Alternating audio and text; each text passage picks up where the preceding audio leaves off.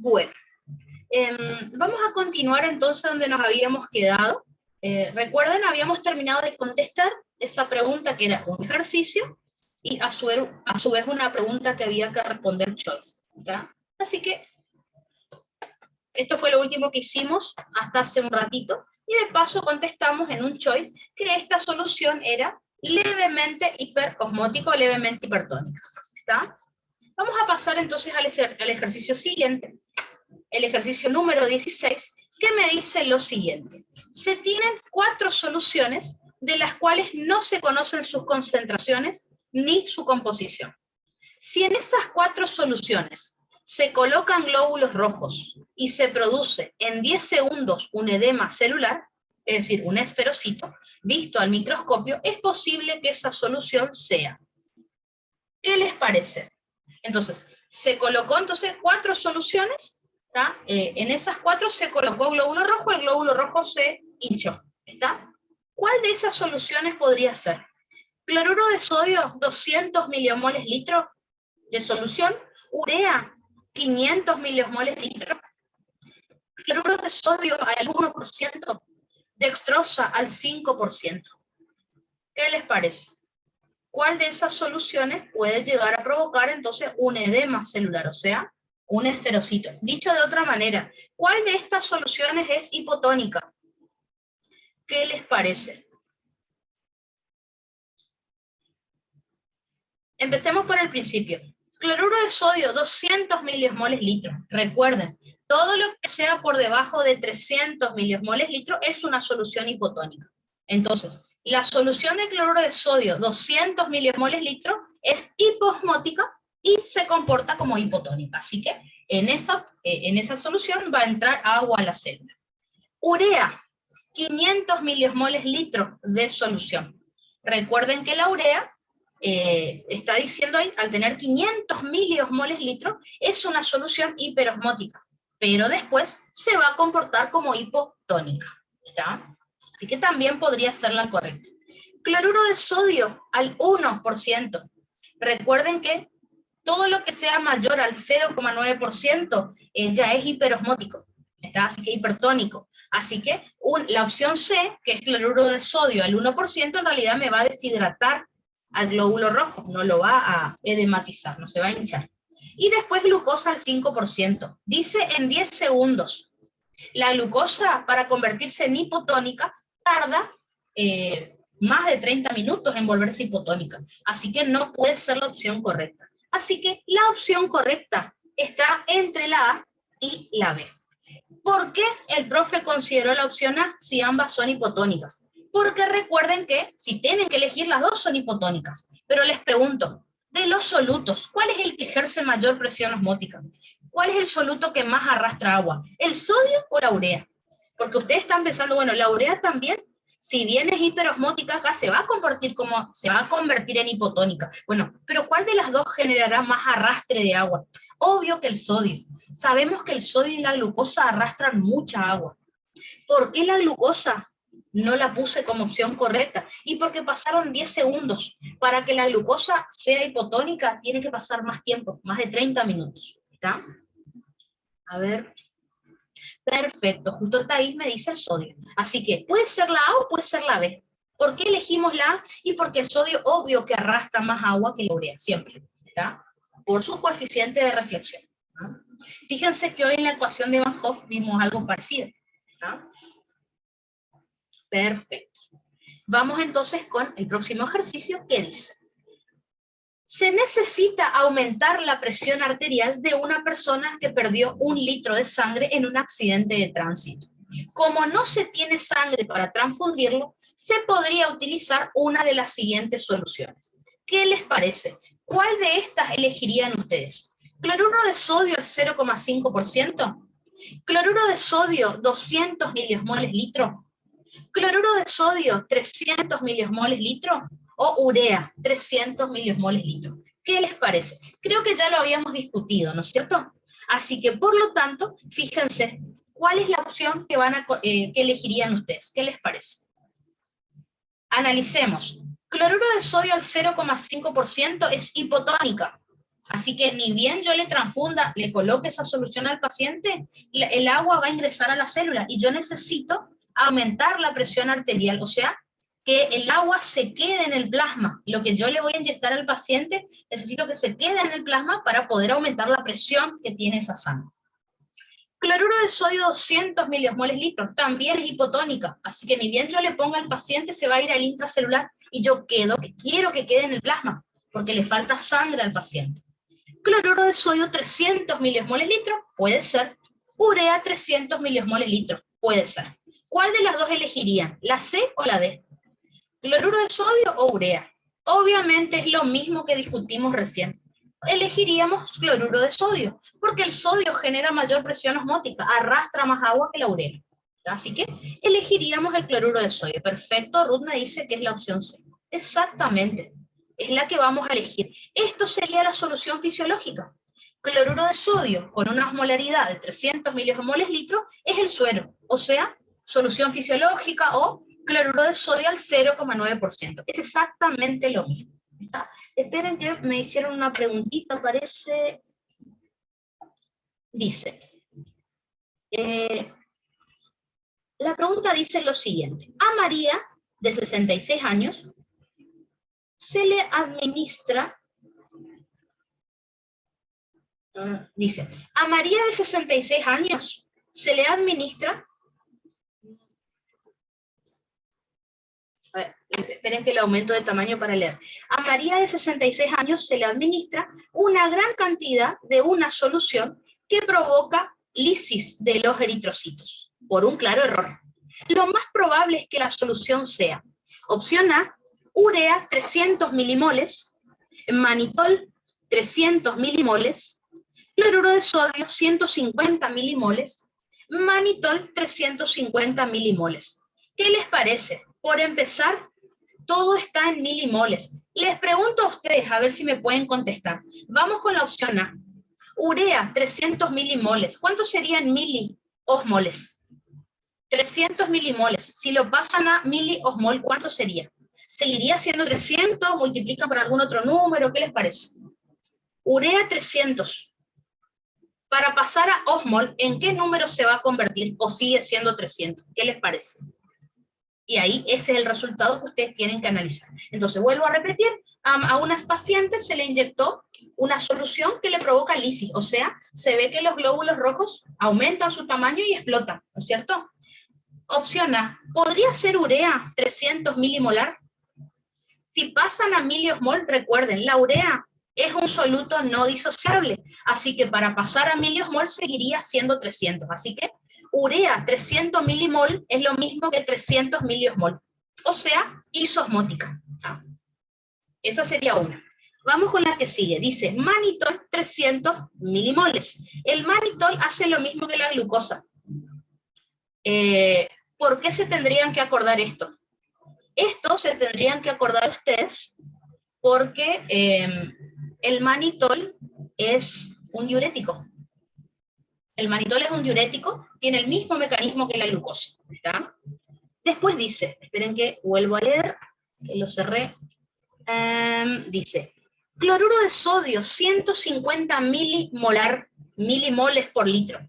Recuerden, cloruro de sodio, para pasar a miliosmol, ¿cómo lo voy a pasar? Recuerden que tengo que multiplicar por 2, es decir, el cloruro de sodio 150 milimoles por 2, que son las dos partículas en las que se disocia el cloruro de sodio, serían 300 miliosmoles.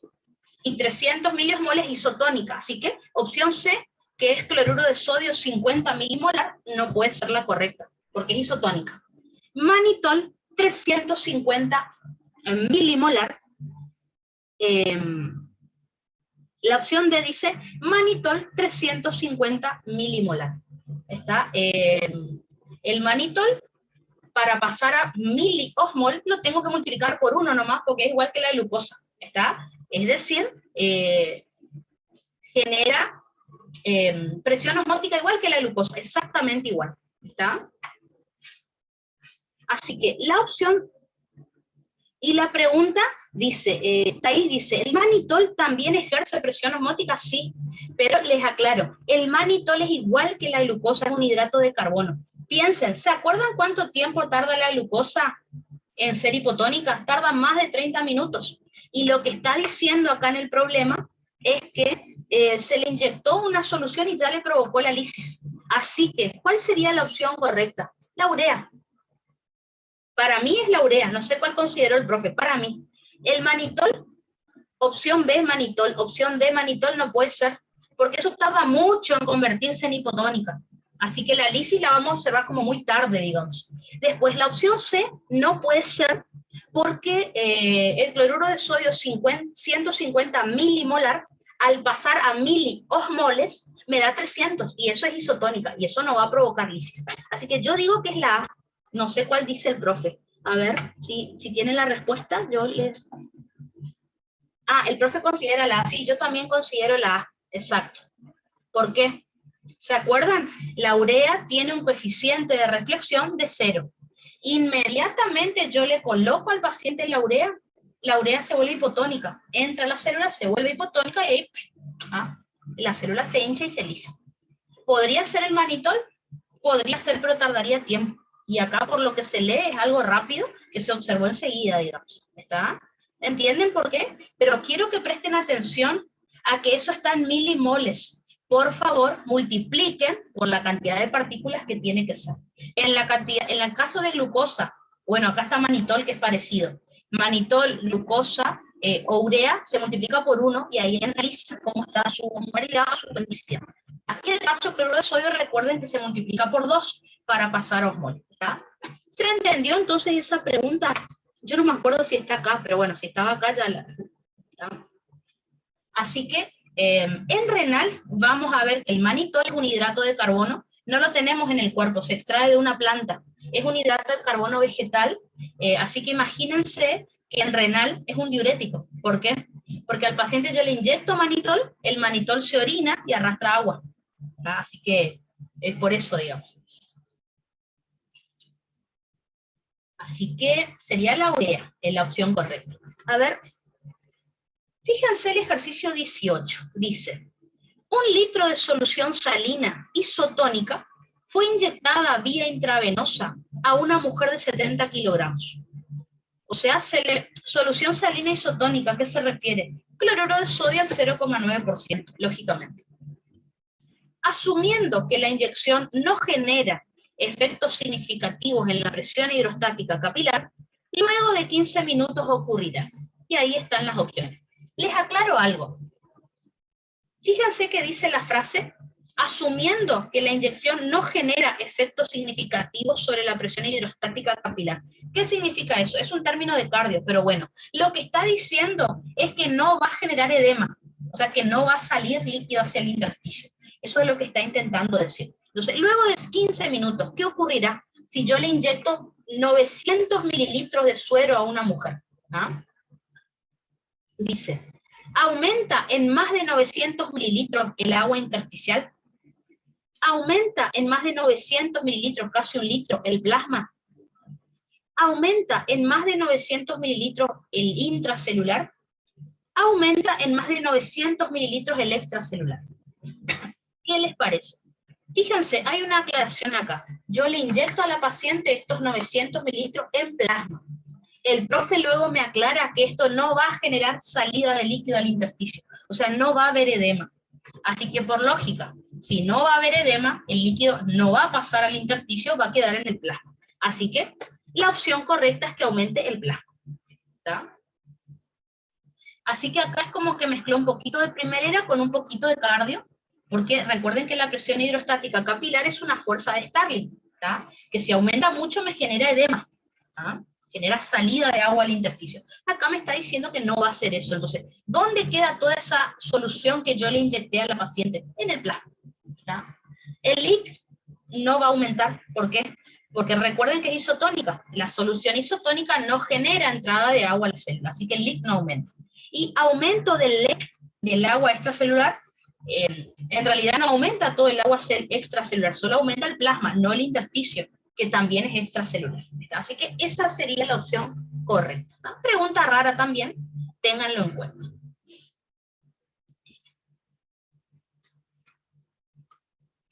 Otra pregunta. Bueno, esta es muy fácil. Si la concentración plasmática de sodio en un paciente es 150 miliequivalentes litros, la glucosa es 112 miligramos por decilitro y la urea es 66 miligramos por decilitro, ¿cuál es la osmolaridad del plasma del paciente? Esta pregunta está contra regalada, pero fue una pregunta recuperatoria. ¿Ah? No me acuerdo si este o el año pasado, pero re bien. Así que yo hago el ejercicio y ahí vemos. Díganme cuánto les da.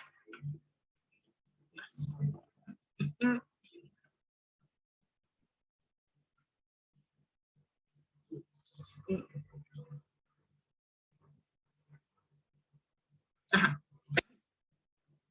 ¿Cuál de las opciones entonces les parece la correcta? Fíjense, me dio natremia, me dio glucemia y me dio uremia. Lógicamente tengo que calcular la osmolaridad del plasma con la formulita que ya sabemos. Les recuerdo que la osmolaridad del plasma se calcula de la siguiente manera. 2 por sodio, más... ahora me acuerdo. Esto fue pregunta de final, fíjense qué hermosa pregunta. Lo que pasa es que en el final uno tiene tantas cosas que estudiar que capaz que se olvidó esta fórmula. ¿Está? Pregunta de final de fisiología. Pues. Acuérdense que la osmolaridad del plasma se hace calculando 2 por la natremia, más la glucemia dividido 18, más la uremia dividido 6. Dicho de otra manera, 2 por 150 miliequivalentes litros, más 112 dividido 18, más 66 dividido 6. Eso me dio 300, a ver.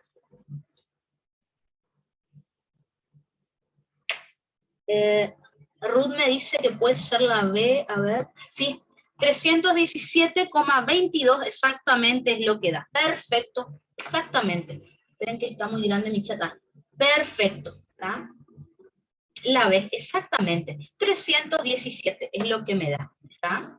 Opción B, 317,22 miliosmoles litros. La opción D era 300, ahí nomás están los resultados. 290 es la que menos, pero fíjense, 317, 330, 300. ¿Tá? Muy cerquita, es 317 miliosmoles litros es lo que me da este resultado. ¿Tá? Pregunta de final de fisio. Estuvo buena. Opción B entonces. Y vamos con el último ejercicio que dice lo siguiente. Julia, de 37 años, esto es final de fisiología también. Julia, de 37 años de edad, desarrolla repentinamente una diarrea acuosa muy abundante que le provoca deshidratación, deshidratación severa, después de regresar de un viaje de vacaciones a la costa del Golfo de Luisiana, o sea, Estados Unidos. Ella dice que comió pescado y mariscos en los últimos días de sus vacaciones. No presenta fiebre ni dolor abdominal. Sus heces son como el agua de arroz y no presenta sangre o mucosidad. ¿Les suena esto por Bioki? Heces en agua de arroz, bueno, en fisio también lo dimos. En este caso, si la paciente es tratada con solución de cloruro de sodio al 0,9% intravenoso, o sea, suero, usted esperaría que ocurra. Así que piensen que esta paciente tiene cólera. Tiene cólera. La diarrea en agua de arroz es característica de la toxina del cólera, la toxina colérica.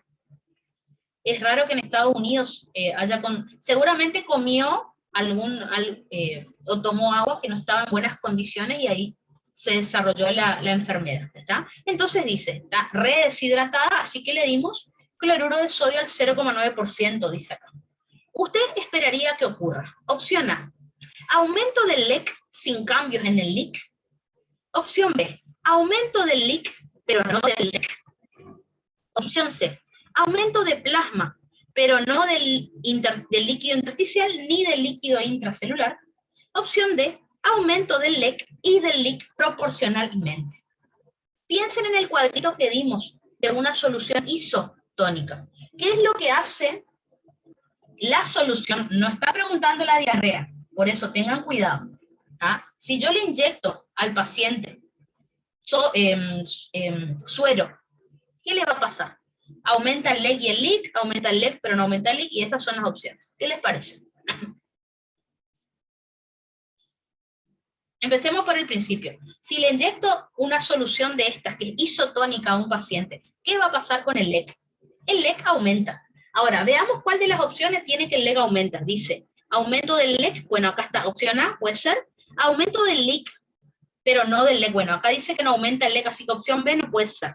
Aumento de plasma, pero no del intersticio, bueno, no sé, y aumento del LEC y del líquido intracelular proporcionalmente. Recuerden ustedes, la solución de cloruro de sodio al 0,9% es isotónica. ¿Qué significa esto? Que lo que yo le inyecte al paciente va a quedar en el LEC. O sea, aumenta el LEC, pero no va a producir ósmosis. O sea que el LIC no se va a modificar.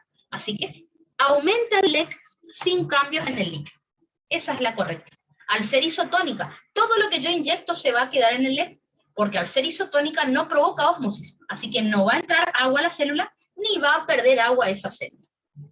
Aumento del LIC no, porque recuerden que para aumentar el LIC, que es la opción B, la solución tendría que ser hipotónica, no isotónica. Después dice, aumento de plasma, pero no de intersticio ni de líquido intracelular. En realidad aumenta el LEC en general. Y después aumento del líquido extracelular y del líquido intracelular. No, eso no podría ser. ¿Está?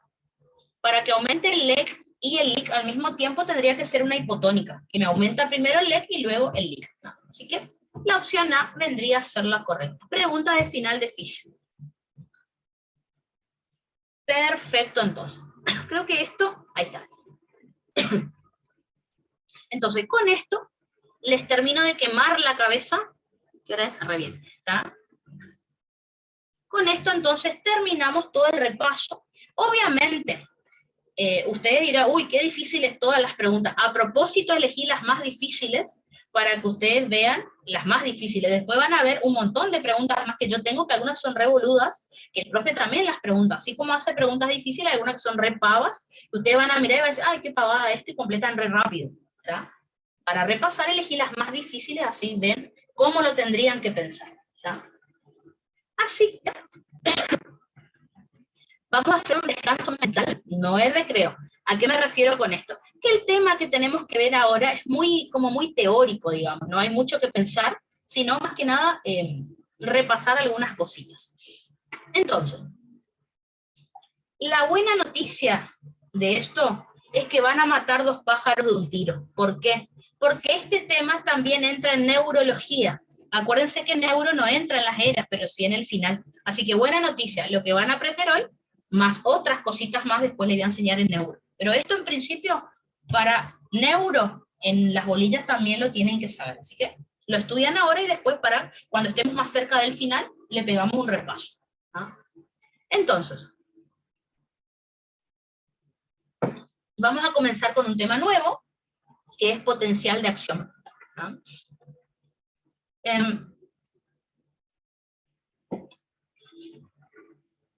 El tema es el siguiente. ¿Por qué yo les estuve enseñando transporte de solutos? Esa sería la pregunta.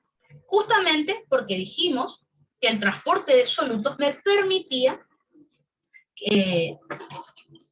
por ejemplo, hablar de la transmisión del impulso nervioso en los nervios, hablar de la contracción muscular, y en todas esas células vamos a tener potencial de acción gracias al transporte de solutos. ¿Ya? Así que por eso primero hablamos de transporte y ahora hablamos de este tema. Entonces, fíjense que una de las funciones del potencial de acción es la producción y la transmisión del impulso nervioso en los axones de los nervios, y en segundo lugar, contracción muscular de los tres tipos de músculo. Así que vamos a aprender esto primero, después vemos la parte de los nervios, y después van a ver que en primera era damos músculo esquelético, y en segunda era músculo liso y cardíaco, y ahí completamos todo. Entonces, si tenemos que definir qué es un potencial de acción, vamos a decir que son cambios rápidos del voltaje del interior de la membrana celular que se transmite por toda esa membrana. ¿Qué significa esto? Recordemos algo que yo les enseñé cuando estábamos en membrana plasmática. Yo les dije que una de las propiedades de la membrana plasmática es que tenía la capacidad como de acumular cargas, era un condensador. Es decir, que cuando estaba en reposo estaba polarizada. ¿Qué significa membrana plasmática en reposo polarizada? Significa que el interior de la membrana es electronegativo y el exterior de la membrana es electropositivo. Acuérdense, no le vayan a decir al profe que el LIC es negativo, que el LEC es positivo, no. El interior de la membrana, en contacto con el LIC, es electronegativo, y el exterior de la membrana, en contacto con el LEC, es electropositivo. Eso es cuando la célula está en reposo, que ya lo dimos. Ahora, nosotros vamos a estudiar ahora cambios de ese voltaje que tenía la célula en reposo. Fíjense que acá dibujé todo lo opuesto. Fíjense cómo el interior de la membrana ahora tiene carga positiva y el exterior tiene carga negativa. Así que esto es un potencial de acción. ¿Tá? Si yo decía acá, en el primer ejemplo, que la membrana plasmática está polarizada, cuando el interior es negativo, cuando se invierten las cargas, por eso decimos que la célula se despolariza. De ahí viene el término. ¿Tá? Así que ahí vemos que está despolarizada la célula. Después, si se fijan acá, dibujé unas flechitas. Entonces, la despolarización, el potencial de acción surge en un punto específico de la membrana y se va propagando por toda la membrana. Imagínense que si esto fuera una célula, daría toda la vuelta. ¿Ah? Daría toda la vuelta así hasta terminar de despolarizar toda la membrana. Eso entonces es lo que dice ahí en mi definición. Cambio rápido del voltaje del interior de la membrana, fíjense que estaba negativo, se volvió positivo, que se propaga por toda esa membrana plasmática. ¿Por qué les aclaro esto? Porque en un rato vamos a estudiar cambios de voltaje, pero que no son potenciales de acción. Son parecidos, pero no son potenciales de acción, que hay que tener en cuenta también. Entonces, vamos a tener dos tipos de potencial de acción de acuerdo a su forma. Vamos a tener los potenciales de acción en espiga y los potenciales de acción en meseta.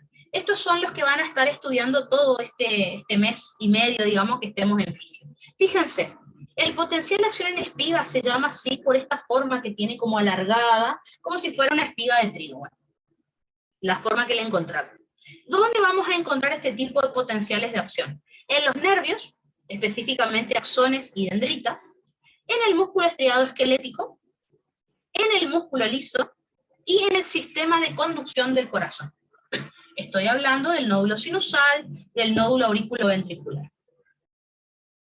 Este tipo de potenciales de acción ya lo vamos a estudiar y tiene tres fases, que son la despolarización, la repolarización y el reposo. Y todas se producen por algún mecanismo de transporte. Vamos a ver que en la despolarización y repolarización hay transporte pasivo, y en el reposo hay transporte activo. Pero bueno, ya lo vamos a estudiar. Después también tendremos que estudiar el potencial de acción en meseta, que solamente lo vamos a encontrar en el músculo liso. Así que fíjense, el músculo liso tiene los dos tipos de potenciales. Y también, que eso lo vamos a ver en segunda era. Y también en el músculo estriado cardíaco, también lo vamos a ver en cardio en segunda era. Fíjense que esta es la forma del potencial de acción en meseta, y le vamos a llamar así por esta partecita. ¿Tá? Fíjense entonces, lo vuelvo a dibujar. Sería algo así. ¿Tá? Entonces, si ustedes se fijan, esta parte aplanada, como si fuera una meseta, ya vamos a ver por qué, es justamente por eso recibe el nombre de este tipo de potenciales. ¿Tá? A diferencia del potencial de acción en espiga, fíjense que acá tenemos 5 fases, no tenemos 3. ¿Cuál es el problema? Recuerden que las fases son 5, pero se enumeran del 0 al 4. La fase 0 se llama despolarización, la fase 1, repolarización temprana o intento de repolarización, fase 2 o meseta, que era la que yo les mostré recién, fase 3 o repolarización tardía o verdadera repolarización, fase 4 o reposo. ¿Ah? Y fíjense que el potencial de acción en meseta dura mucho más que el de espiga. Lo de la duración, vamos a ir estudiando las diferentes células que les nombro acá, que hay todos los potenciales que ustedes tienen que saber. ¿Ah? Pero el potencial de acción que más se estudió fue el de los nervios. Por ejemplo, se tomaron neuronas de calamar, son bastante gigantes, y ahí se vio... Ay. Sí se escucha, pensé que se había cortado. Bueno.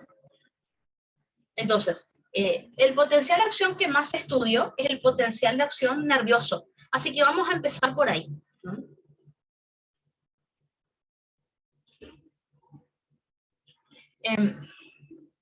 Todos estos potenciales de acción que yo les estuve contando, ¿en dónde los vamos a observar? Los potenciales de acción los vamos a observar en células excitables.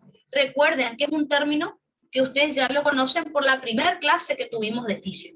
Dijimos que una célula o una estructura excitable es aquella que tenía la capacidad de producir una respuesta ante un determinado estímulo, ¿verdad? Es decir, en el caso de estas células que yo les nombré recién, el estímulo o puede ser un cambio de voltaje en la membrana o un ligando, como por ejemplo la acetilcolina, el GABA, ¿está? Y la respuesta obviamente es este potencial de acción, ¿está? Acuérdense que las células excitables son las que estudiamos recién. Pueden ser las neuronas o las células de los 3 tipos de músculo.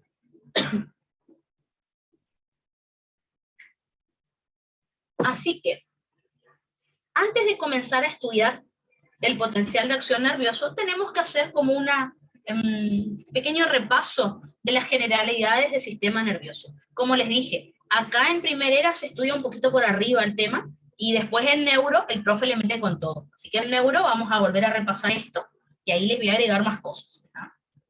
Así que, en cuanto a generalidades del sistema nervioso, vamos a ver que el sistema nervioso, las funciones que va a tener va a ser la de regular y o controlar las funciones del organismo. Junto con el sistema endocrino. Recuerden que el sistema nervioso controla o regula las funciones del organismo mediante neurotransmisores.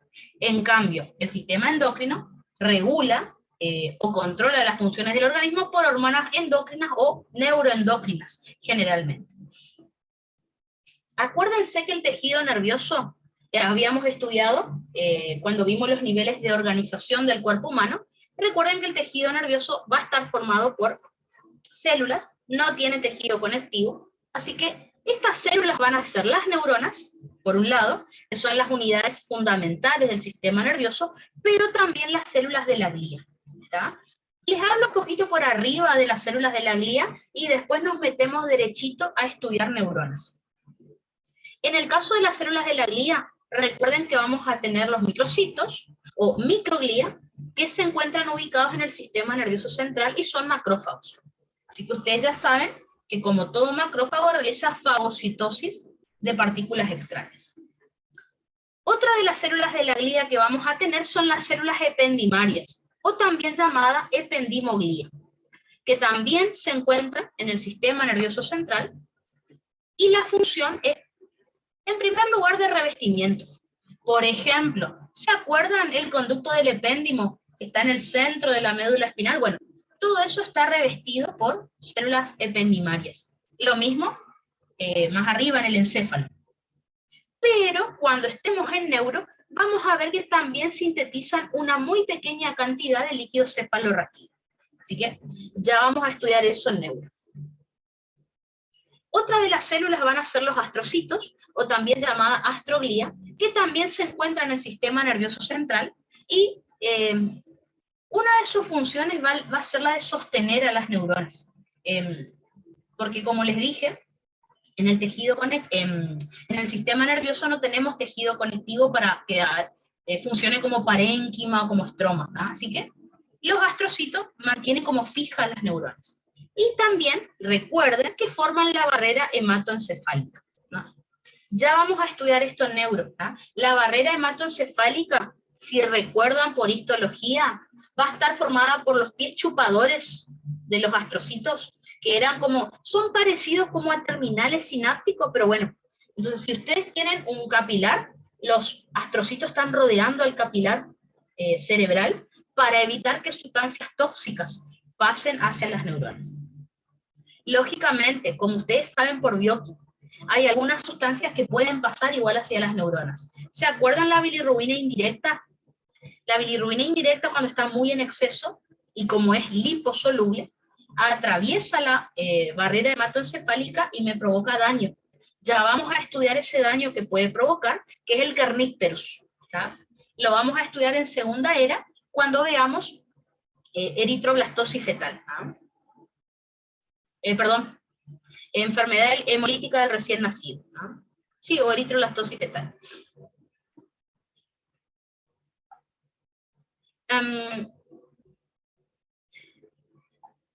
Otra de las células de la glía que vamos a tener son los oligodendrocitos y también las células de Schwann.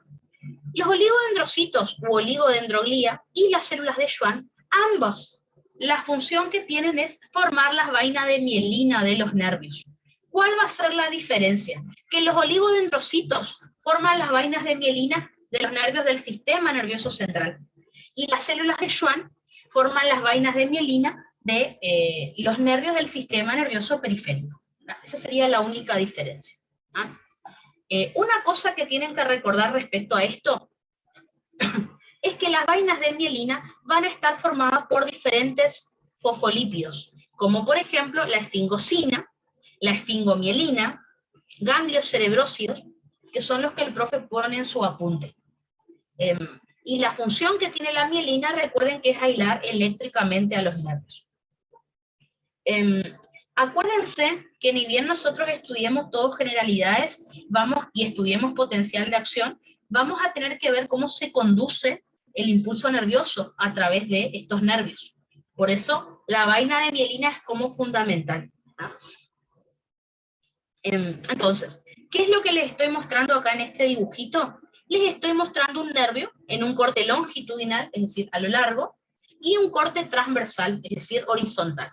En el corte longitudinal, como pueden ver acá, tenemos el nervio, y rodeado por esto que dibujé en color rojo, que es la vaina de mielina.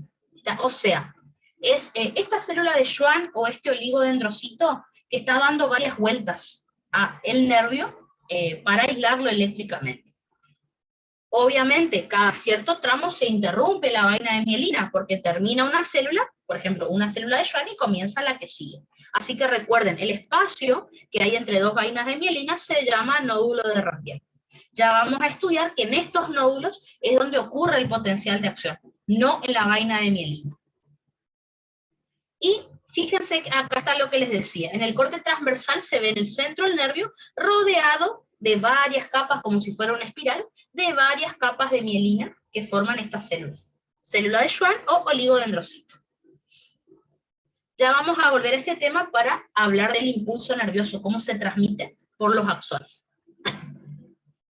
Eso sería entonces en cuanto a las células de la glía. Ahora sí, vamos a comenzar a estudiar la unidad como estructural principal que tiene el sistema nervioso, que son las neuronas.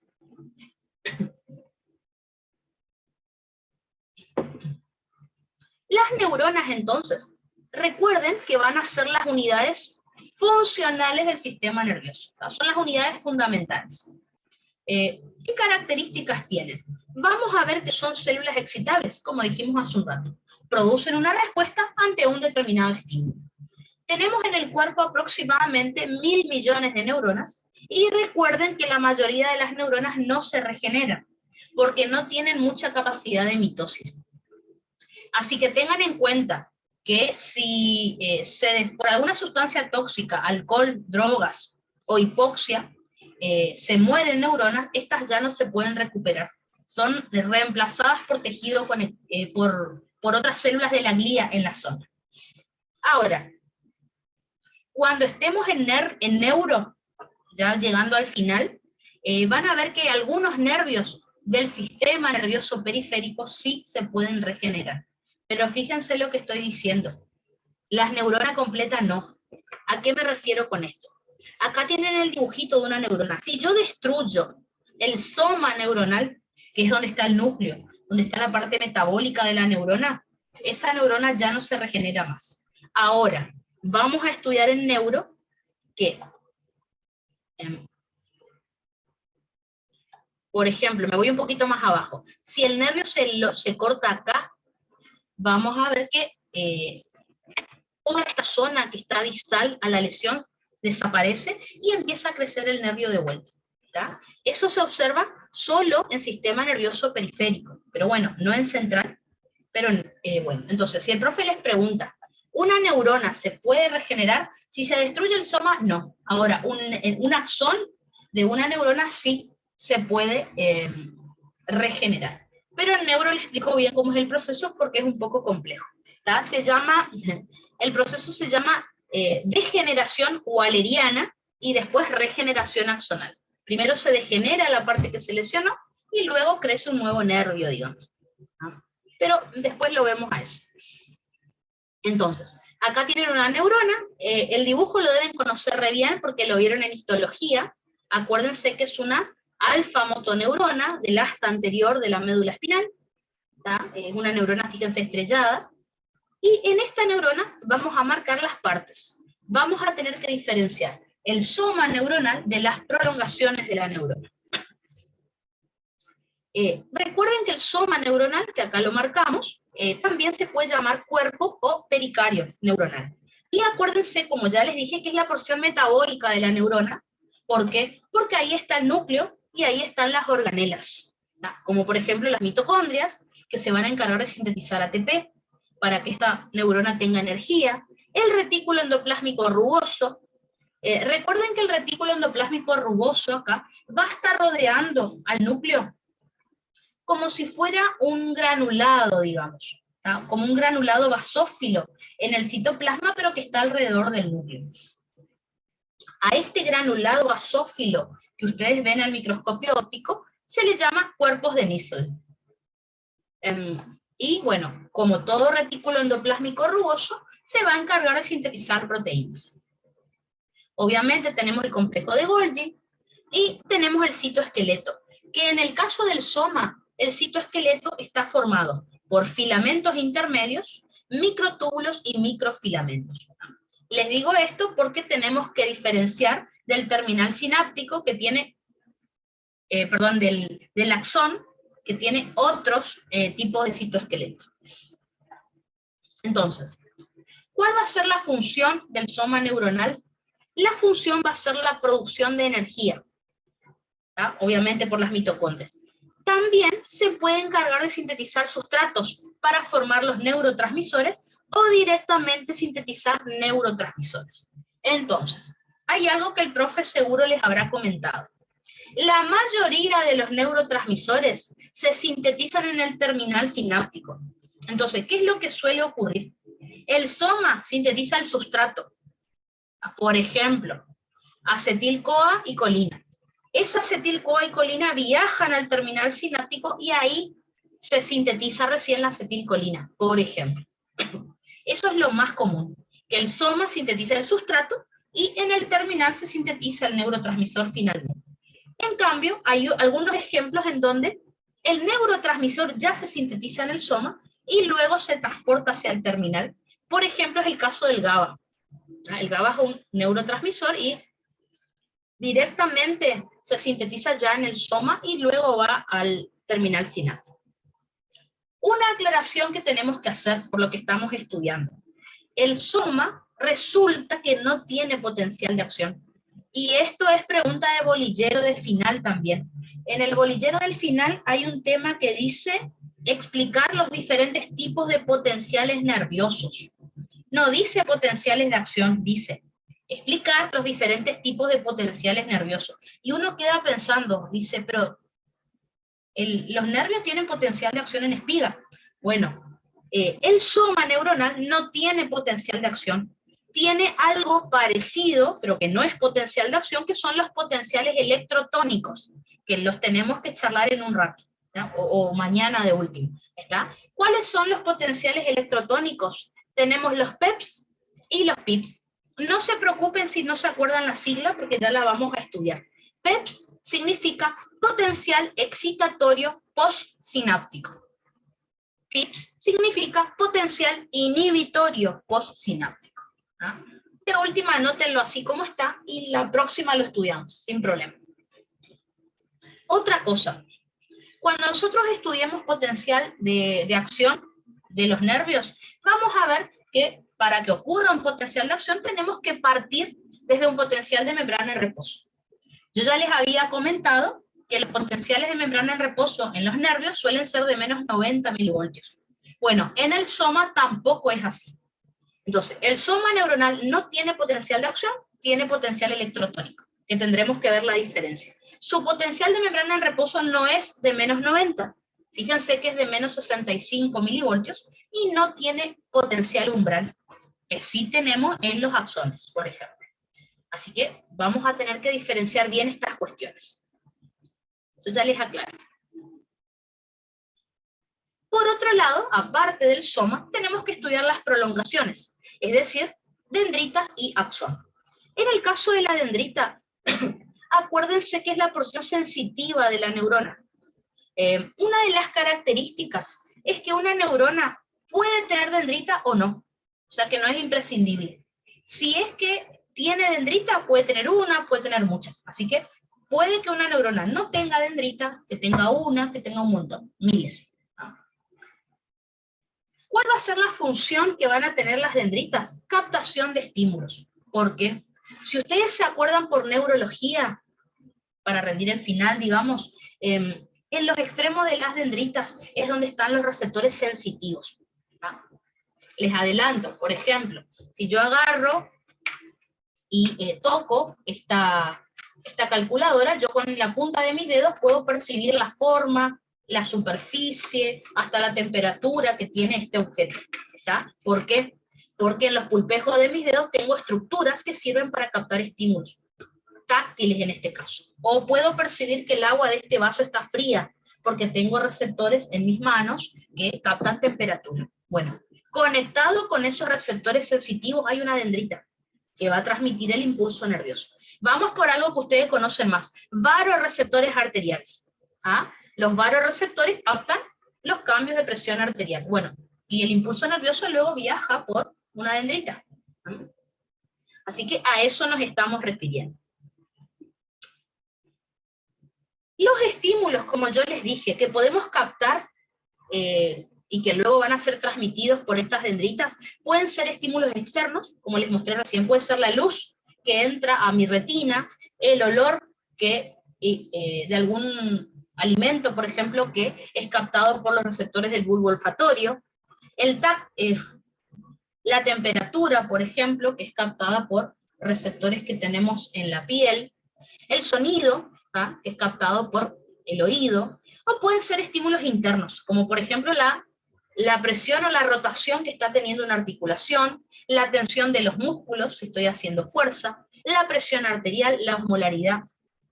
Hay un montón de cuestiones que son captados, todos estos estímulos por receptores sensitivos. ¿Ah?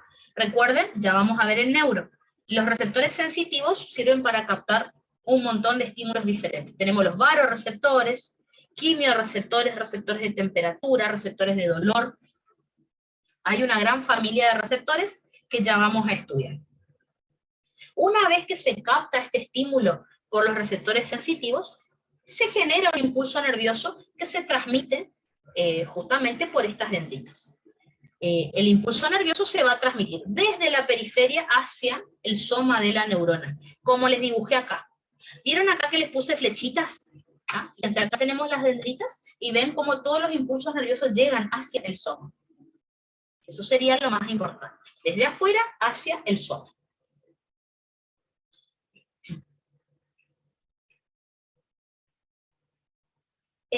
Bueno, el tema es el siguiente. El profe dice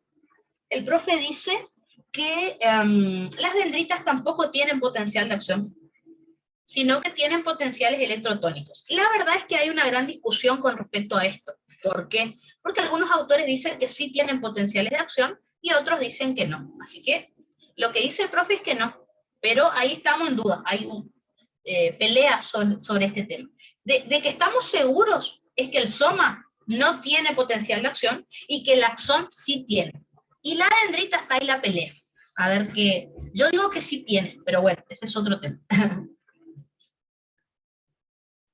Finalmente, tenemos que estudiar el axón. ¿Ya? Recuerden que el axón es la porción conductora de la neurona y a diferencia de las dendritas, yo les dije que la dendrita puede ser que no tenga una neurona o que tenga una o que tenga muchas. En el caso del axón, siempre una neurona tiene que tener axón y el axón siempre es único, es uno solo. Obviamente, el axón después se puede ramificar, eso sí, pero desde el soma neuronal sale un axón. Les vuelvo un poquitito hacia atrás Fíjense que yo ya les marqué acá que el axón tiene tres partes. El cono axonal, fíjense que es la dilatación inicial del axón.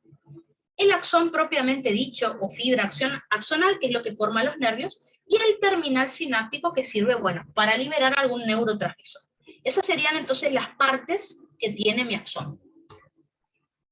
Entonces, fíjense, tenemos el cono axonal, que es la dilatación inicial, y acá es donde comienza el impulso nervioso.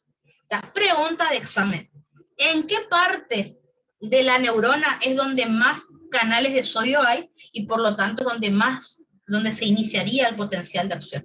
En el cono es donde más canales de sodio hay, por eso ahí comienza el potencial de acción nervioso.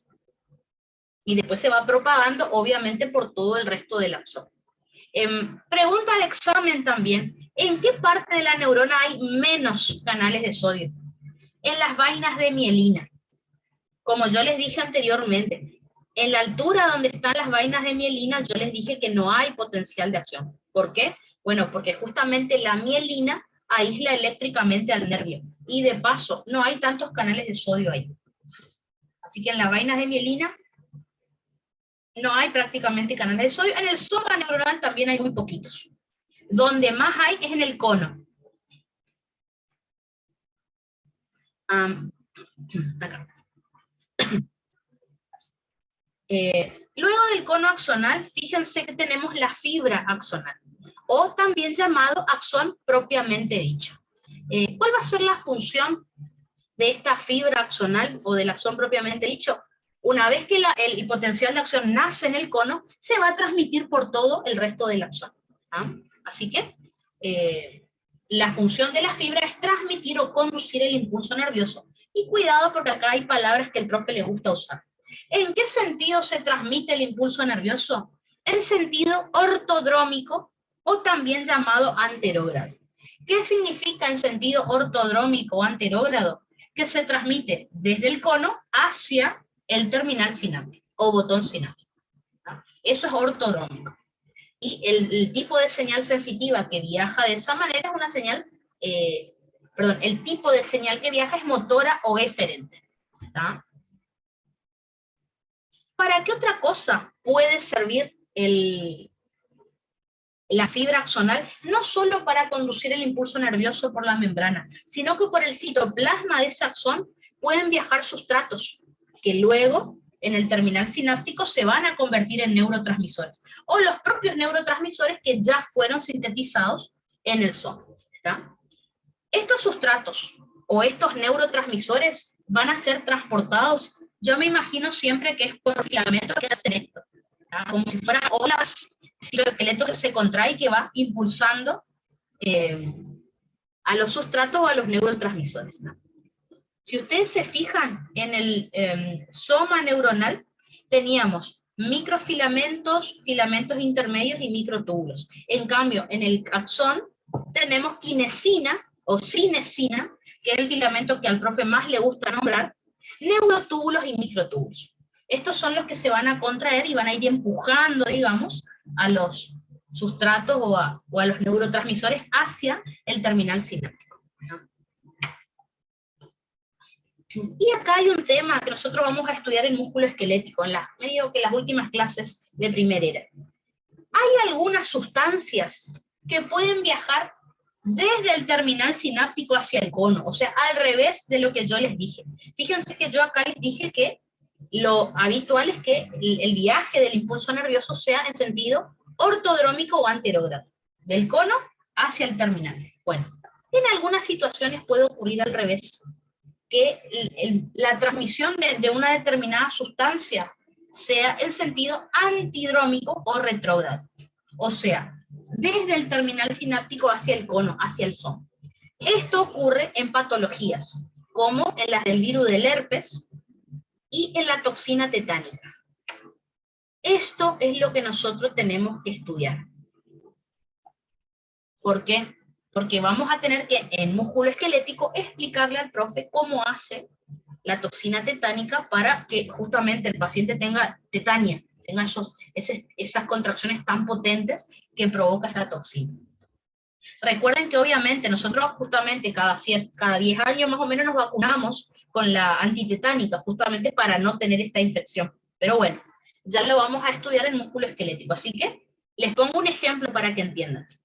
Vamos a suponer que yo, no sé, estoy caminando por la calle y estoy caminando con una jota muy finita, por ejemplo, y hay un vidrio o una jeringa o lo que sea, y me corto. Y resulta que esa jeringa tenía la bacteria, que es el Clostridium tetani. Bueno, esa bacteria libera una toxina y la toxina ingresa por los terminales sinápticos de los nervios, asciende por el axón y llega a los somas neuronales de la médula espinal. Y ahí provoca una serie de problemas que yo ya les voy a explicar. ¿Tá? Por eso es en sentido antidrómico o retrógrado. ¿Tá? Así que recuerden que ya les voy a volver a explicar este tema para músculo esquelético. Por último, vamos a tener el terminal sináptico, o también llamado botón sináptico, que se denomina, se define como la dilatación final del axón. ¿Para qué me sirve un terminal o botón sináptico? Aquí es donde se va a sintetizar el neurotransmisor. Generalmente, ya vamos a estudiar, en el caso de la acetilcolina es lo que más estudiamos, generalmente el neurotransmisor se sintetiza en el citoplasma del botón sináptico, luego es transportado dentro de una vesícula donde se va a almacenar, y cuando llegue el estímulo necesario, se va a liberar ese neurotransmisor por exocitosis. ¿Tá? Bueno, y acá está lo que yo les decía. El axón sí o sí tiene potencial de acción. ¿Tá?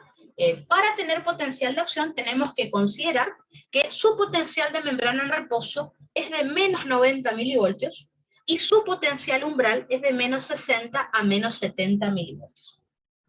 Y les voy adelantando porque les tengo que explicar qué es el potencial de membrana en reposo y qué es el umbral. ¿Tá? Pero ya les voy adelantando.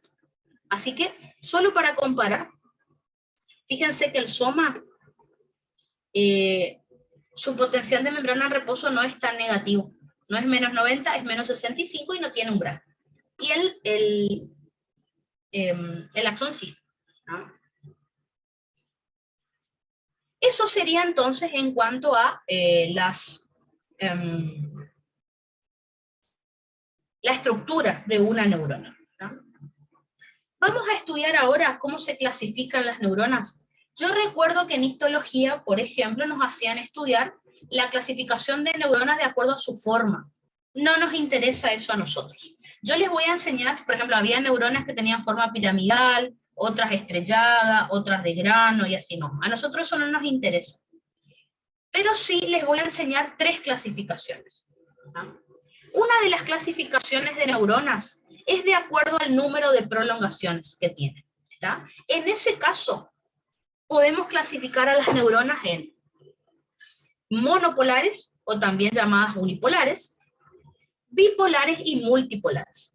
¿Qué significa que una neurona es monopolar o unipolar? Significa que tiene una sola prolongación. Y yo les dije hace un rato que sí o sí tiene que ser un axón. ¿Tá? Un ejemplo de esto son las interneuronas de médula espinal, que en un ratito ya les comento qué son estas interneuronas. Así que un esquema medio feo, pero para que se acuerden. Solamente tenemos soma y axón, nada más. Otro tipo de neuronas son las bipolares, que se llaman así porque tienen 2 prolongaciones. Sí o sí, uno tiene que ser axón, por lo tanto la otra prolongación es una dendrita. ¿Ah? Ejemplo de este tipo de neuronas tenemos en la retina, en una de las capas de la retina, en el oído, específicamente en la región vestibular. ¿Ya? Y acá les puse ejemplos. Acá tenemos el soma de la neurona, de un lado el axón, del lado izquierdo fíjense que les dibujé la dendrita. Y acá, fíjense cómo les dibujé una neurona bastante particular, que antes se la consideraba como aparte, que era una neurona pseudo-monopolar. Las neuronas pseudo-monopolares se las llamó así porque parecían ser monopolares como esta. ¿Por qué? Porque en este punto no se notaba que desde el mismo lado salía un axón y una dendrita. Se pensaba que era una sola prolongación. Después se descubrió que en realidad es una neurona bipolar, solo que las prolongaciones, en vez de salir de polos opuestos, salen del mismo lado. pero tiene dos prolongaciones. Así que las neuronas pseudomonopolares son bipolares. Y por último, tenemos las neuronas multipolares, que son las que más predominan en el sistema nervioso central y tienen 3 o más prolongaciones. Sí o sí, un axón y 2 o más dendritas, miles de dendritas pueden tener. El ejemplo de esto son las alfa motoneuronas y las gamma motoneuronas del asta anterior de la médula espinal. En neuro, para el final, vamos a estudiar bastante este tema. Así que esa sería una clasificación de neuronas. La segunda clasificación de neuronas es de acuerdo a su función. De acuerdo a su función, una neurona puede ser sensitiva, puede ser motora, o puede ser integradora o interneurona. Que yo les había dicho que eran neuronas, las interneuronas eran neuronas monopolares generalmente. Entonces, ¿qué sería una neurona sensitiva? Las neuronas sensitivas tienen como función captar estímulos desde, por favor, corrijan acá. Parece que dice sistema nervioso parasimpático y les suelo confundir yo siempre a los chicos. No es parasimpático, es sistema nervioso periférico. Anoten por ahí porque ya veo que después les hago confundir. Sistema nervioso periférico. Captan estímulos desde el periférico y ahí transmiten el impulso nervioso hacia el sistema nervioso central. Dicho de otra manera, vamos a suponer que yo tengo acá el estímulo que se capta acá por mis dedos. Después de ahí, ingresa desde la periferia, desde afuera, ingresa al sistema nervioso central que queda más en el centro del cuerpo. O sea que el impulso nervioso se dirige desde afuera, que es sistema nervioso periférico, hacia adentro, que es sistema nervioso central. O sea, en dirección centrípeta, que es un término que el profe va a utilizar. Dirección centrípeta. O sea, fíjense, en el periférico, sistema nervioso periférico, están las dendritas, digamos, y en sistema nervioso central estaría el axón, donde se lleva la información sensitiva. Por otro lado, vamos a tener a las neuronas motoras. Las neuronas motoras, entonces, su función va a ser estimular a células efectoras ubicadas en el sistema nervioso periférico. Por ejemplo, neuronas, otras neuronas, células musculares, que acá no se ve por la luz, células musculares y glándulas. ¿Se acuerdan cuando estudiamos feedback? Justamente los órganos efectores son estos que les estoy nombrando. En el caso de las neuronas motoras, perdón,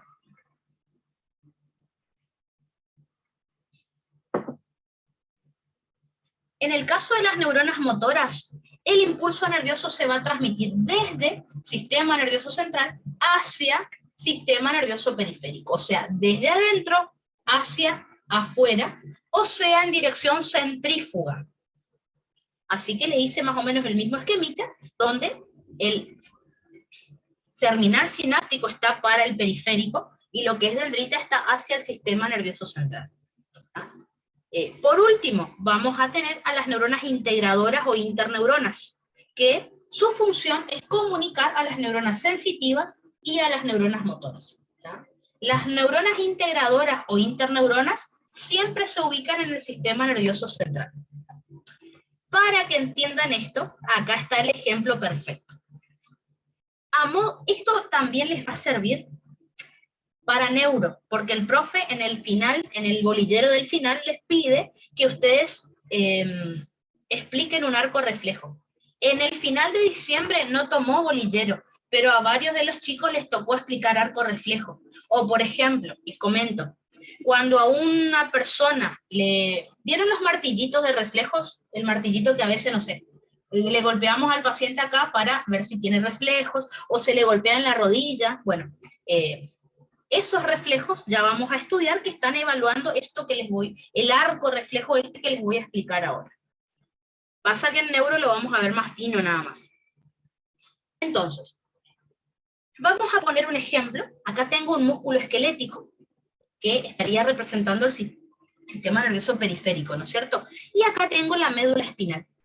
En la médula espinal, acá tenemos la región anterior, o sea, esto es adelante, y acá tenemos la región posterior. ¿Ah?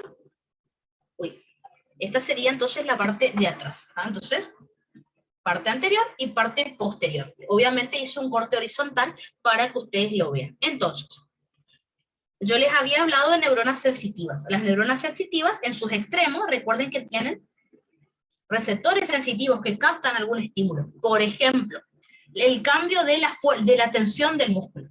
Captan ese estímulo, ese impulso nervioso viaja a través de esta neurona sensitiva. A este impulso nervioso le vamos a llamar señal sensitiva o aferente, que si se fijan viaja desde el sistema nervioso periférico hacia sistema nervioso central, o sea, en dirección centrípeta, e ingresa por el asta posterior de la médula espinal. ¿Ya? Todo lo sensitivo ingresa por asta posterior. Fíjense que ahí, esta neurona sensitiva hace sinapsis con una interneurona. Y las interneuronas generalmente se encuentran ubicadas en el asta intermedio lateral de la médula. Y luego, estas interneuronas hacen sinapsis con neuronas motoras, que son las alfa-motoneuronas. Las alfa-motoneuronas, como pueden ver, salen por el asta anterior de la médula espinal y transmiten un impulso nervioso, al cual le vamos a llamar señal motora o eferente, que si se fijan, viaja desde el sistema nervioso central a periférico, o sea, en dirección centrífuga. ¿Ah? Y fíjense cómo vuelve a inervar al músculo. Esto yo lo dibujé ahora para que ustedes vean los tres tipos de neuronas que les expliqué. Neurona sensitiva, motora e interneurona. Pero esto mismo les voy a tener que explicar cuando veamos neuro, para explicarle el reflejo miotático o arco reflejo, que es cuando yo golpeo a un paciente con el martillo de reflejo y se contrae algún músculo. Ahí ustedes le van a poder explicar al profe esto mismo, pero más fino, así que no se preocupen. Pero bueno, está bueno saber por lo menos por arriba y después le metemos pila para el final. Esa sería entonces la segunda clasificación que teníamos de neuronas. Para mí, la clasificación más importante es esta que yo les estoy por explicar ahora, que es de acuerdo al tipo de estimulación que producen las neuronas.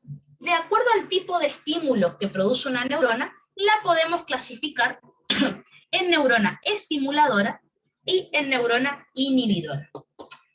Yo no sé si ustedes se acuerdan que en el chat, cuando estábamos hablando de feedback positivo o negativo, me parece que Thais había hecho una pregunta que decía, ¿cuál de estas situaciones se considera un feedback positivo? Y había una que decía, una neurona estimuladora que actúa sobre otra neurona. Bueno, obviamente que no habíamos dado el tema todavía, pero fíjense, cuando yo me refiero a neurona estimuladora, yo les había comentado que es porque libera un neurotransmisor estimulador. Ejemplos de neurotransmisores estimuladores, por ejemplo, tenemos la acetilcolina, la noradrenalina. Por favor, no me digan adrenalina. La adrenalina es una hormona endócrina, porque es liberada por la médula suprarrenal. En cambio, la noradrenalina puede ser una hormona, si es liberada por la médula suprarrenal, o es un neurotransmisor, si es liberada por un terminal sináptico. Tengan cuidado con eso. Así que, noradrenalina, glutamato, lo subrayé acá, porque el glutamato es el principal neurotransmisor estimulador del sistema nervioso central. Y es solamente estimulador. ¿Ah? Por ejemplo, la acetilcolina a veces estimula, a veces inhibe, dependiendo del receptor. ¿Ah? El glutamato es puramente estimulador. Tenemos la dopamina, y bueno, hay otros ejemplos también. La pregunta es, a ver, preguntitas. Acá está acá me volvió a poner Thais, perfecto. La pregunta era la siguiente. ¿Cuál de los siguientes fenómenos representa un ejemplo de retroalimentación positiva? Decía, temblar cuando hace frío. Dijimos que esa no era la correcta porque eso era regulación de la temperatura, que es feedback negativo. Sudar después de una actividad física. Sudar después de una actividad física es lo opuesto a temblar cuando hace frío, o sea, regulación de la temperatura corporal, y eso es feedback negativo. Después dice, sinapsis axodendrítica excitatoria sobre sinapsis activadoras. Bueno, esa frase por ahí, en ese momento no la conocíamos, pero es esto que les estoy comentando acá. Es decir, una neurona estimuladora o excitadora, como dice ahí, es la que va a liberar este neurotransmisor y esto va a provocar la activación de la neurona que sigue. ¿Ah? Eso es lo que les voy a contar. Y después creo que aparecía una opción más que dice fiebre en una infección. Habíamos dicho que la fiebre en una infección ni siquiera es un feedback, es un sistema de lazo abierto. Así que la frase, la opción C, que es sinapsis axodendrítica excitatorias o estimuladoras, es lo mismo, ¿tá? Que es lo que estamos estudiando ahora. Esta neurona va a liberar un neurotransmisor que me va a producir un potencial de acción en la neurona que sigue, en la postsináptica. Ahora, ¿de qué manera esta neurona estimuladora puede estimular justamente a otra neurona? Mediante diferentes mecanismos de acción. El neurotransmisor que libere esta neurona estimuladora se puede unir a receptores ionotrópicos o a receptores metabolotrópicos. Los términos lo van a conocer por Bioki, obviamente. Ionotrópicos, acuérdense que el receptor a su vez es un canal. Así que cuando el neurotransmisor se une a este canal, lo abre. Básicamente es así.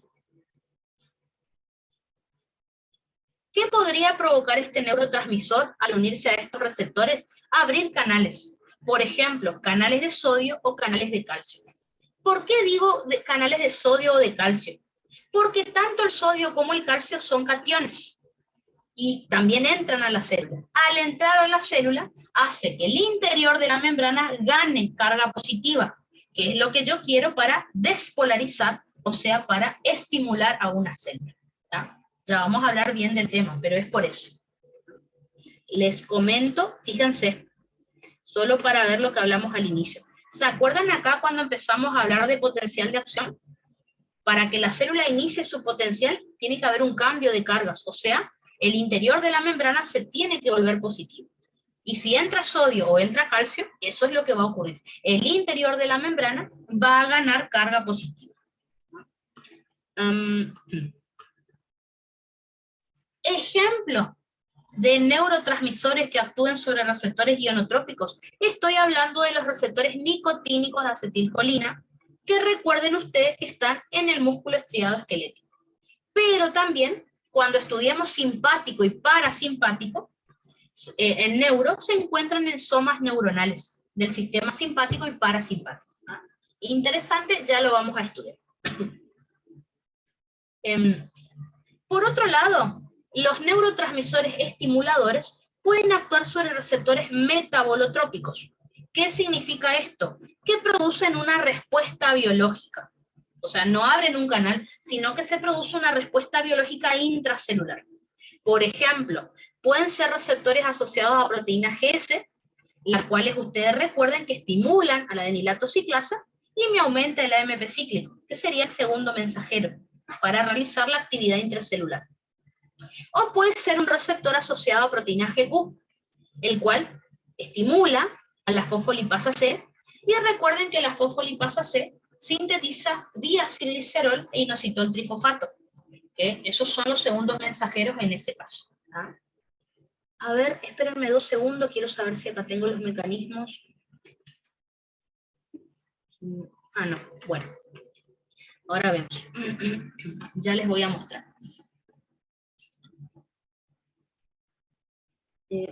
Pensé que ahí seguía. Ah, no, dijo. Bueno. Enseguida igual repasamos. Ejemplos de receptores metabolotrópicos. Estos se los van a recordar porque siempre dan en Bioki. Receptores beta-adrenérgicos, que son asociados a proteínas GC. Receptores alfa-1 adrenérgicos, que son asociados a proteínas GQ. Esto es para la noradrenalina. O, por ejemplo, tenemos receptores muscarínicos, o M, que pueden ser asociados a proteínas GS o GQ, que es para que se una la acetilcolina. Así que, como pueden ver, la acetilcolina puede unirse a receptores ionotrópicos o metabolotrópicos y producir estimulación de otra neurona. ¿Está? Entonces, ¿qué es lo que vamos a provocar con estos mecanismos de acción? vamos a provocar despolarización de un soma neuronal, es decir, lo que se llama PEPS o PPS, que yo les había dicho, es decir, un potencial excitatorio postsináptico, que ya vamos a tener que estudiar ¿Y luego. eso, profe? ¿Sí? ¿Alguna duda? ¿Qué sería eso, profe? El PEPS. Sí, no, yo no entendí eso. Lo digo fácil para que después lo estudiemos mejor. Un PEPS es una despolarización, pero no es potencial de acción. Dicho de otra manera, si una despolarización no es potencial de acción, ¿qué es? Es una despolarización localizada. Para que se acuerden, pero ya les voy a volver a nombrar, es lo que el profe suele llamar prepotencial, no sé si se acuerdan, o potencial subumbral, porque no llega a ser potencial de acción. El profe les llama así, eso es un PEPS, ¿está? Un potencial excitatorio postsináptico es un prepotencial. ¿Está? Ya vamos a estudiar, vamos a tener que estudiar potencial de acción y luego lo que son los PEPS. Para que lo entiendan fácil por ahora, lo explico así y después sí lo desarrollamos mejor. ¿Vieron cuando acá yo les hablé de potencial de acción? Yo les dije que la célula se despolariza y esa despolarización se propaga por toda la membrana plasmática. Bueno, un PEPS es una despolarización, pero es localizada. ¿Qué quiere decir? No se propaga. Ahí nomás ocurre. Es como que yo diga que la despolarización solo ocurre acá, en este punto y listo. Eso vendría a ser algo así como un PEPS. Es localizado. Ahora, un potencial de acción sí o sí se propaga por toda la membrana plasmática. ¿Está? Como para que de a poco lo entiendan. Pero ya vamos a hablar bien del tema porque es más profundo en realidad, ¿no? Así que en síntesis es un prepotencial el PEPS. Gracias, profe. De nada, de nada. A ver, ¿dónde estamos? Tiki, tiki, acá. Así que una neurona estimuladora, lo digo de otra manera, libera estos neurotransmisores que les nombré. Esos neurotransmisores se unen a un receptor ubicado en la neurona postsináptica y ahí provocan un PEPS. Y ya vamos a ver si ese PEPS llega a provocar o no luego un potencial de acción. Por otro lado, vamos a tener neuronas inhibidoras. Las neuronas inhibidoras se llaman así porque liberan neurotransmisores inhibidores. Ejemplos de neurotransmisores inhibidores son el GABA, es decir, el ácido gamma aminobutírico, la acetilcolina también, noradrenalina, dopamina. Fíjense que el GABA lo subrayé, ¿por qué? Porque es el principal neurotransmisor inhibidor del sistema nervioso central, y solamente es inhibidor. Así que el glutamato es el principal neurotransmisor estimulador del sistema nervioso central y solamente es estimulador. El GABA es el principal neurotransmisor inhibidor del sistema nervioso central y es solamente inhibidor. Y a la profesora Beligoy le encanta preguntar GABA, así que le prestan atención a esa pregunta, a esto que voy a contar ahora. Le encanta preguntar GABA, no sé por qué. Igual en músculo tenemos que ver GABA otra vez, ¿no? Entonces, estos neurotransmisores inhibidores, ¿qué mecanismo de acción podrían tener? Bueno, pueden unirse a receptores ionotrópicos, es decir, receptores que a su vez son canales, que van a generar la apertura de canales de cloro. Recuerden ustedes, si yo hablo de canal de cloro, estoy hablando de transporte pasivo. Por lo tanto, por transporte pasivo, el cloro entra a la célula, y es decir, el interior de la membrana gana carga negativa. O puede ser que se abra un canal de potasio. Recuerden que por transporte pasivo el potasio sale de la célula. Por lo tanto, el interior de la membrana pierde carga positiva y por eso queda negativo. ¿Qué les estoy diciendo con esto? Que si yo abro estos canales, la célula se va a volver negativo en su interior, en la membrana. O sea, se va a inhibir. O lo que es lo mismo, se va a hiperpolarizar. No se va a despolarizar, se va a hiperpolarizar, o sea, se inhibe. ¿Ah? Ejemplo de receptor ionotrópico, en este caso es el receptor de GABA A, que es un canal de cloro que está ubicado en los somas neuronales. ¿Por qué está bueno saber este tema? Porque cuando estudiamos músculo vamos a estudiar Seguramente conocen de nombre el clonazepam, ¿no es cierto? ¿Alguna vez escucharon el nombre clonazepam? Me tomé un clonazepam y me dormí, por ejemplo. Yo nunca tomé, pero bueno, acuérdense que son relajantes musculares muy fuertes y dan sueño también, ¿no es cierto? Son sedantes. Bueno, si ustedes aprenden esto ahora, yo en músculo les voy a enseñar cómo funciona el clonazepam y justamente actúa sobre el receptor de GABA. Por eso a la profesora Beligoy le gusta preguntar, ¿está? Porque me hablan de un canal en fisio y de paso me muestran cómo funciona un fármaco relacionado con ese tema, ¿está? Así que de ahora vayan repasando esto de los receptores y después, cuando veamos músculo, les vuelvo a repetir. Por otro lado, algunos neurotransmisores se van a unir a receptores de tipo metabolotrópicos. Estoy hablando de receptores asociados a proteína GI, los cuales inhiben a la adenilato ciclasa, por lo tanto no se sintetiza MP cíclico, que era el segundo mensajero en este caso. Por eso la célula, la neurona, digamos, postsináptica se va a inhibir. Ejemplo de receptores metabolotrópicos, acá tenemos el receptor de GABA B. Así que fíjense, el receptor de GABA A es un receptor ionotrópico, que es un canal de cloro. El receptor de GABA B es un receptor metabolotrópico asociado a proteína GI. Vuelvo a repetir porque a la doctora Beligoy le gusta preguntar en los orales, ¿tá? Que también se encuentra en somas neuronales. También tenemos receptores muscarínicos o M de acetilcolina en músculo liso, por ejemplo, o receptores alfa-2 adrenérgicos, que son para noradrenalina o adrenalina también. ¿Qué es lo que va a producir estos mecanismos de acción que yo les estoy contando? Van a producir hiperpolarización. Por ahora, ya lo vamos a charlar, pero vuelvo un poquito hacia atrás. ¿Vieron esto que yo les dibujé acá al principio?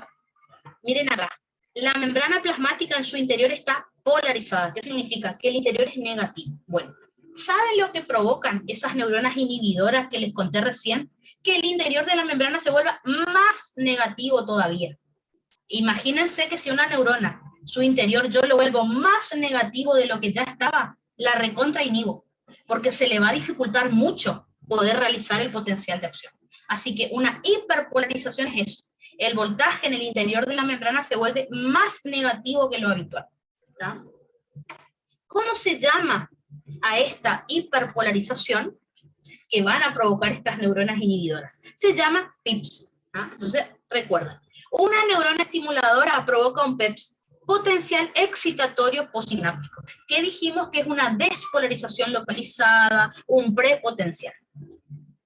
En cambio, una neurona inhibidora produce un PIPS, es decir, un potencial inhibitorio postsináptico, el cual es una hiperpolarización. No se preocupen que si no está escrito acá es porque lo damos en la próxima clase, ¿está? Así que, a ver, hasta acá creo que terminó la clase. Espérenme 2 segundos. No me acuerdo qué tenía. No me acuerdo si empezamos un tema nuevo o qué, si no, dejamos acá. Espérenme 2 segundos que mira.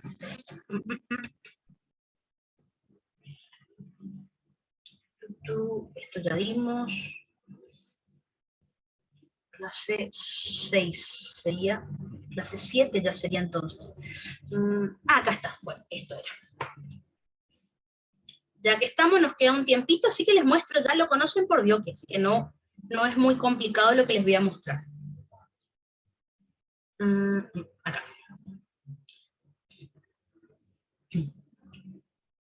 ¿Ven el pizarrón ahí? Les pregunto por las dudas, porque a veces no, aprieto cualquier cosa y no se ve. ¿Ven lo que está dibujado ahí? Para repasar lo que les dije recién, perfecto. Así ya les queda como completito el tema. Entonces, receptores ionotrópicos, nosotros vimos los canales, ¿no es cierto? Ya explicamos en transporte pasivo, canal de sodio, canal de cloro, canal de potasio, ya los conocíamos. Ahora, solo para repasar, porque ya lo saben por Bioki, los receptores metabolotrópicos. Recuerden que hablamos de receptor asociado a proteína GS, GI y GQ. El GS y el GQ son estimuladores, y el GI inhibidores. Fíjense que lo tienen que explicar más o menos como bioquímica, nunca es tan fino como en bioquímica, así que no se preocupen. Y de paso, esto es lo mismo que tenemos que estudiar en endocrino, porque las hormonas, la mayoría tienen mecanismos así. Así que, Cuando el neurotransmisor, que es el primer mensajero, recuerden que primer mensajero significa que como no puede ingresar al interior celular para cumplir su función, tiene que desencadenar una respuesta intracelular que va a estar a cargo de segundos mensajeros. Entonces, el neurotransmisor, imagínense, acetilcolina, ¿por qué no? Se une a un receptor asociado a proteína GS. Recuerden que al unirse a este receptor, se activa la proteína GS, la cual libera, se suelta, digamos, su porción alfa S. La porción alfa S va a estimular a la adenilato ciclasa, la cual convierte ATP en AMP cíclico, que este va a ser el segundo mensajero. Recuerden que el AMP cíclico activa a una proteína quinasa A y ella fosforila proteínas. Esa proteína puede ser un canal justamente. O sea, hay veces que indirectamente termino habiendo un canal, pero fíjense que el neurotransmisor no se unió al canal. El neurotransmisor me activó un mecanismo y ese mecanismo me abrió el canal, que puede ser de sodio o calcio, que me va a producir el PEPS. Este prepotencial, esta despolarización localizada que ya vamos a charlar la próxima, ¿no?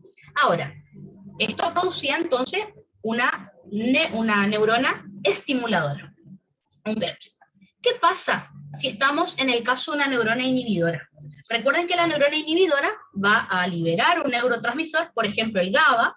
El GABA se va a unir a su receptor de GABA B, habíamos dicho, el cual activa a una proteína GI. De ese heterotrímero, que es la proteína GI, se suelta la subunidad alfa-I, la cual inhibe a la adenilato ciclasa. Por lo tanto, no se sintetiza MP cíclico y no se activa la proteína quinasa A. Por lo tanto, si no se activa la quinasa, no se fosforilan la proteína, o sea, no se activan esos canales que yo necesitaba abrir. Así que se cierran canales de sodio y de calcio y no va a haber potencial de acción, digamos. Perdón, no va a haber PEPS, sino que va a haber PIPS, que es un potencial inhibitorio posináptico, que yo les comenté que era una hiperpolarización. Por último, nos queda ver por ahí el mecanismo más complejo, que era el receptor asociado a proteína GQ.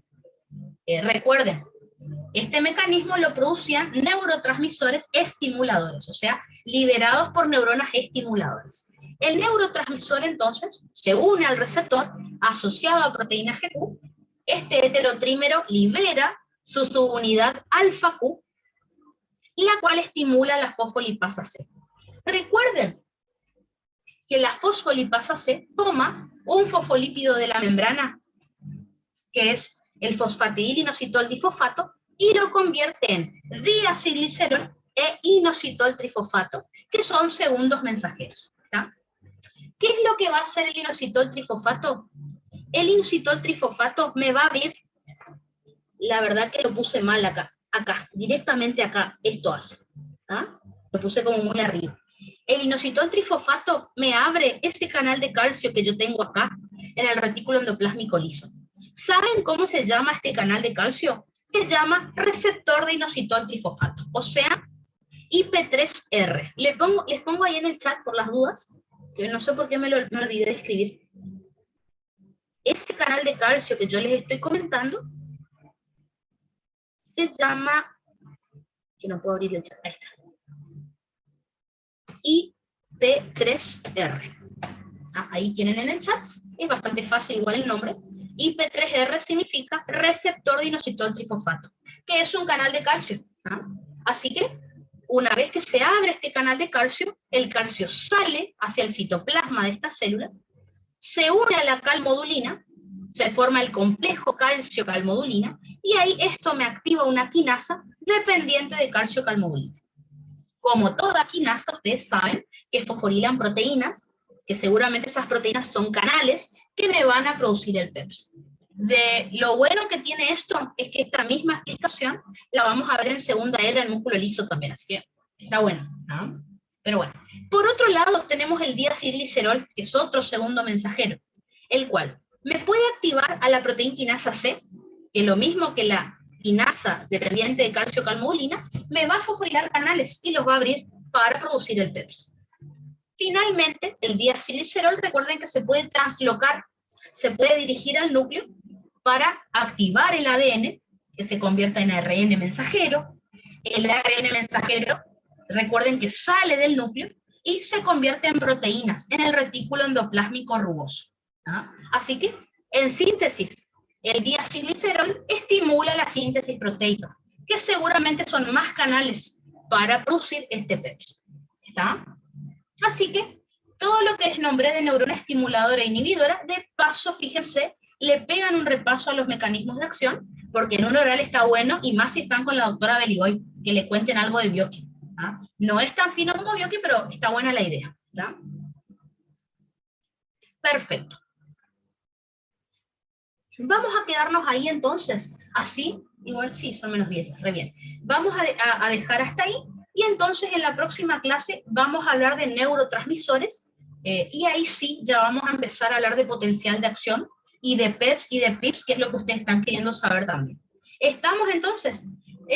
A ver, mañana vamos a tener una clase tranqui dentro de todo, porque no hay cálculo, no hay nada raro, es solo como teoría, digamos, que yo les tengo que contar, así que sin calculadora. Creo que de ahora en adelante no hay mucha calculadora ya más, por lo menos en primero. Así que nos vemos mañana. Ya saben que cualquier duda que tengan, me escriben al WhatsApp que yo contesto. ¿Estamos?